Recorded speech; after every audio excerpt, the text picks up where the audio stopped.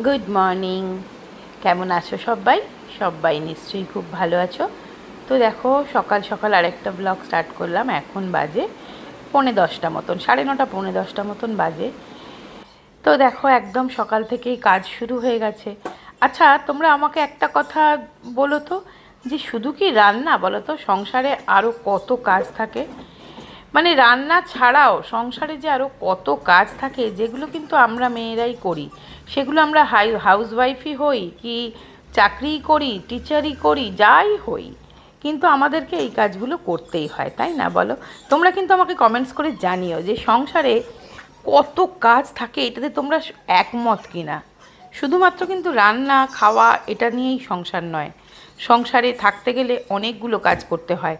1 নম্বর, তোমার যেটা তুমি খাবে রান্না করতেই হবে, রান্না বান্না খাওয়া দাওয়া করতেই হয়। তার আবার ধরো কতগুলো ধাপে ধাপে, সকালে ব্রেকফাস্ট, তারপরে লাঞ্চের প্রিপারেশান, তারপরে সন্ধেবেলা চা বা একটু কিছু স্ন্যাক্স তো আইটেম মানে আয়োজন করতেই হয়। তারপরে আবার ডিনারের চিন্তা ভাবনা, এগুলো কিন্তু করতেই হয়। আর আমরা ভারতীয়রা তো বেশিরভাগ রান্নাটাই বাড়িতে করে খাই, কাজেই আমাদের সারাটা দিন ওই রান্নাঘরে কাটে ঠিকই। তাছাড়াও কিন্তু প্রধান কাজ হচ্ছে জামা কাপড় কাচা। জামা কাপড় কাচতেই হবে, ঘর বাড়ি পরিষ্কার রাখতেই হবে। তুমি বলো না, সকালবেলা ঘুম থেকে উঠে থেকে লাইন দিয়ে কাজ। ফার্স্ট চোখ খুলেই তোমার বিছানাটা, বেডটা আগে পরিষ্কার করতে হবে, যেখানে তুমি শুয়েছিলে, তাই কি না? তারপরেই তো চা থেকে শুরু হলো। তারপরে দেখো, এই সব কাজগুলো তো থেকেই থাকে। এবার যাদের আবার একটু এইসবের শখ থাকে আমার মতো, যাদের একটু গাছের শখ, গাছের নেশা, গাছগুলোকে না মনে হয় আমার সত্যি করে এক একটা প্রাণ, যাদেরকে আমি একটু একটু যত্ন করি। আর তারা কিন্তু আমাকে নিরাশ করে না। তারা কি সুন্দর ফুলে ফেঁপে ওঠে, আর সেগুলো দেখে আমি কত যে আনন্দ পাই, আমার মানসিক শান্তিটা যে কতটা হয় সেটা আমিই জানি। তো দেখো, আজকে এই গাছ দুটোকে একটু সংস্কার করলাম। সংস্কার মানে এই গাছটাকে আমি খুব আশা করে একটু বারান্দায় রেখেছিলাম, এই বড় গাছটা, যে বৃষ্টির জল পাবে, বৃষ্টির জল পাবে। বাট বৃষ্টি তো তেমন হলোই না। যদি বা হলো না, সত্যি বলছি, ঝাপটাটা কিছুতেই গাছের গায়ে এলো না, বেশি এলো না, খুব অল্প স্বল্প। তা আজকে ওই জন্যে গাছটাকে ভালো করে স্নান করালাম, পরিষ্কার করলাম, করে আবার যে জায়গায় রাখি এই গাছটাকে রেখে দিলাম। আর এই গাছটা কিন্তু অনেক পুরনো, জানো তো, প্রায় ধরো 10-12 বছরের আগের গাছ এটা আমার। এবার গাছটা পরিষ্কার করে এসেছি আলমারি পরিষ্কার করতে। এটাও কিন্তু একটা খুব বড় আর খুব বোরিং একটা কাজ, তাই না বলো? তোমাদের কি ভালো লাগে আলমারি পরিষ্কার করতে? আমার একদম ভালো লাগে না। অবশ্য অনেকের ভালো লাগে, যেমন আমার বৌদি এসেছিলো না, ওর আলমারি গুছিয়ে রাখতে, শাড়ি জামা কাপড় পাট পাট করে রাখতে খুব ভালোবাসে। ও আমাকেও যখনই আসে আমার শাড়ি টাড়িগুলো সমস্ত গুছিয়ে দেয়, কারণ দেখতে ভালোবাসে শাড়ি, দেখেও আবার গুছিয়েও দেয়, যে কী কী নতুন কিনলাম, কে কোনটা দিল, এরকম। তো কিন্তু আমার তো একদম ভালো লাগে না এই জামা কাপড় গোছাতে, শাড়ি পাট করে করে রাখতে। তবু আজকে একদম না করলেই নয়, আলমারির অবস্থাটা খুবই খারাপ হয়ে গেছে। তাই জন্য দেখো, লেগে পড়েছি একটু এই আলমারির অন্তত একটা তাক যদি ঠিকঠাক করে গুছিয়ে ফেলতে পারি। জামা কাপড় কাচা হয়, পাট করে তুলে দেওয়া হয়, এইটাই। যদিও আমি সেকশন ওয়াইজ আলাদা করে করে রাখি, আর এই দিকটা পুরো আমার, মানে এই আলমারিটা পুরোটাই আমার।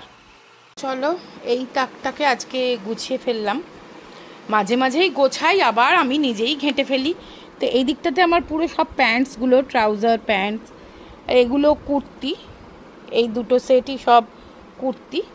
আর এগুলো হচ্ছে তোমার বাড়িতে পরার, মানে ঘরে পরার জামাগুলো। আর ওই পেছনে যে বক্সে বক্সে দেখছো, আমি বক্সে বক্সে সমস্ত ভরে রাখি। একটাতে ধরো লেগিংস, একটাতে শ্রাগ, আর একটাতে টি শার্টগুলো। আর এই একদম ওপরের তাকটায় আমি শাড়ি রেখেছি। আর এটা তো বৌদিভাই গুছিয়ে দিয়ে গেছিলো, তোমরা দেখেছিলে। এই দেখো, এইভাবে শাড়িগুলো আছে। আর এখানে যে শাড়িগুলোর ব্লাউজগুলো আমি এইখানটা রেখেছি, তাহলে না পেতে খুব সুবিধে হয় যখন পরবো। আর এখানে আমার দুটো টাইটান রাগার রিস্ট ওয়াচ দুটো এখানটা রেখেছি। আর এই ব্যাগটাও আমি এইখানেই রেখে দিই, তাহলে নিতে খুব সুবিধে হয়। হাইট সাইনের এই ব্যাগটা আমার ভীষণ প্রিয়, তাই জন্য এখানটাই রেখে দিই, যাতে নাকি পেতে সুবিধে হয়। তো এইভাবেই মোটামুটি গুছিয়ে ফেলেছি। মানে নিচের তাকটা গোছানো বাকি আছে, ওটা দেখি আবার কালকে গোছাবো, এখন আর ভালো লাগছে না। আর এই ওপরটাতে না, তোমরা জানতে চেয়েছিলে, ওপরে একটা দিকে ব্ল্যাঙ্কেট আছে, মাঝেরটাতে আছে আমার ওই ট্রলি, লাল ট্রলি বা যে কোনো ব্যাকপ্যাক যেগুলো ট্যুরে গেলে লাগে, আর এদিকটাতে এক্সট্রা বালিশ এগুলো ওঠানো আছে, মানে যেগুলো সবসময় লাগে না।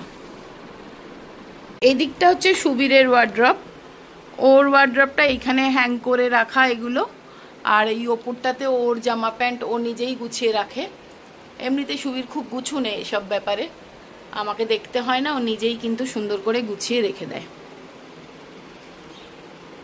আলমারিটা গোছাতে গিয়ে কয়েকটা জিনিস পেলাম, তোমাদেরকে দেখাই, খুবই ইমোশনাল এবং খুবই মানে মনের কাছের জিনিস। সেটা হচ্ছে সবার প্রথম যেটা দেখাবো, সেটা হচ্ছে আমার বাপির মানে আমার বাবার ব্যবহার করা রুমাল। এই দেখো রুমাল, ঘড়ি আর চশমা। এগুলো আমার বাবা মারা গেছে 2008 সালে, আমি কিন্তু সেই থেকে যত্ন করে রেখে দিয়েছি তার লাস্ট ব্যবহৃত রুমাল। আমার নিজের চোখে জল এসে যাচ্ছে, যাকে আর বেশিক্ষণ নিজে আমি দেখতে পারি না, এগুলো বন্ধ করে রেখে দিই।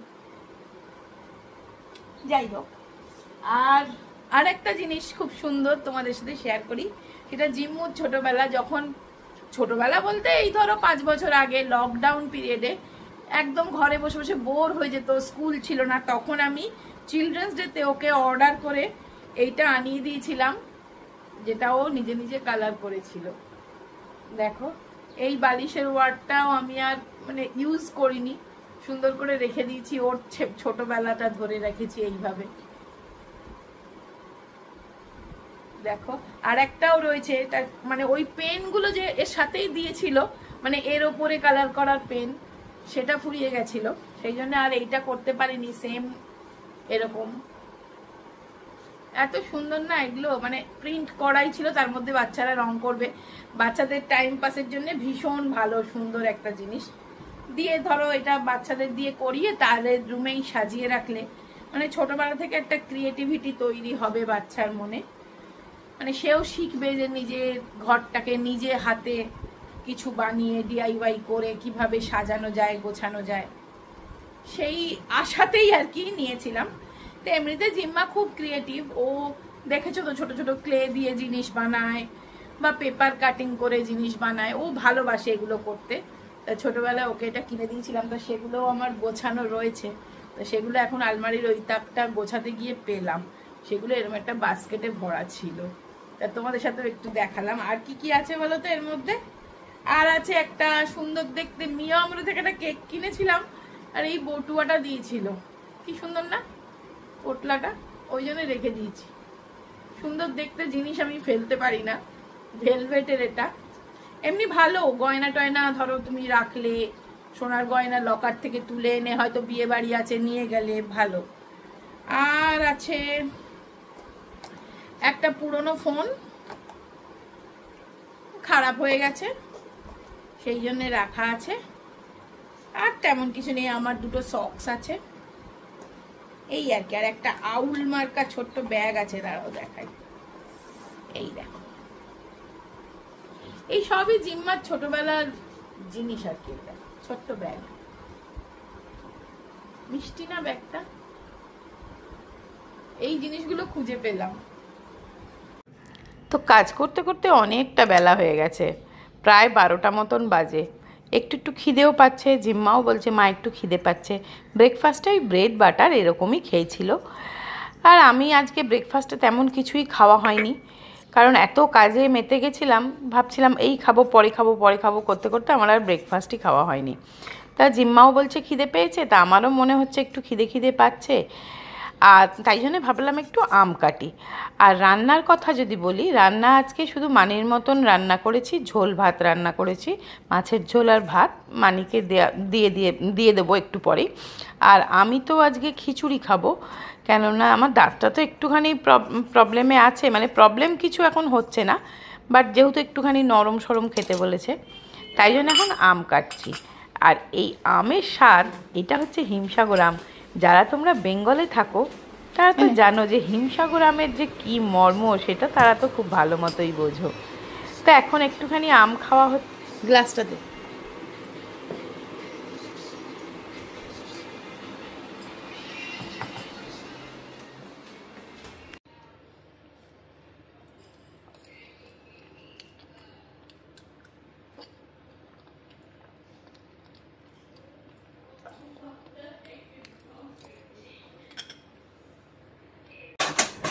চলো এবার লাঞ্চ করব বলে এসছি। তো লাঞ্চে আজকে বেশি কিছু খাবো না, ওই যে বললাম খিচুড়ি খাবো। তো খিচুড়িটা কালকে রাত্রের করা ছিল, তো তোমাদের সাথে শেয়ার করেছিলাম। তো সেই খিচুড়িটাই জিম্মাকে একটু গরম করে দিলাম, ও খিচুড়ি খাবে আমার সাথে। আর মানি ভাত খেয়েছে, তোমাদেরকে আগেই বললাম। খিচুড়ি আর এটা গ্লুকন্ডি গ্লুকন্ডি গুলছি।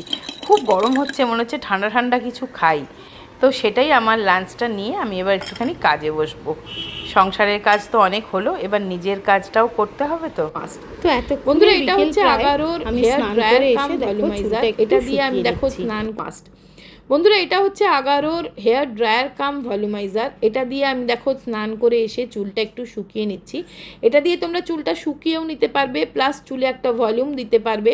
চুলটা তোমার একটা বেশ ঘন লাগবে এবং চুলের মধ্যে একটা সেট হয়ে যাবে। আমরা পার্লারে গিয়ে যেভাবে চুল সেট করাই, এটা কিন্তু ঘরে বসে খুব ইজিলি জাস্ট চুল আঁচড়ানোর মতন এইভাবে ব্রাশটা দিয়ে আঁচড়ে নিলেই কিন্তু চুলটা সুন্দরভাবে সেট হয়ে যাবে, আর একটা ভলিউমও দেবে।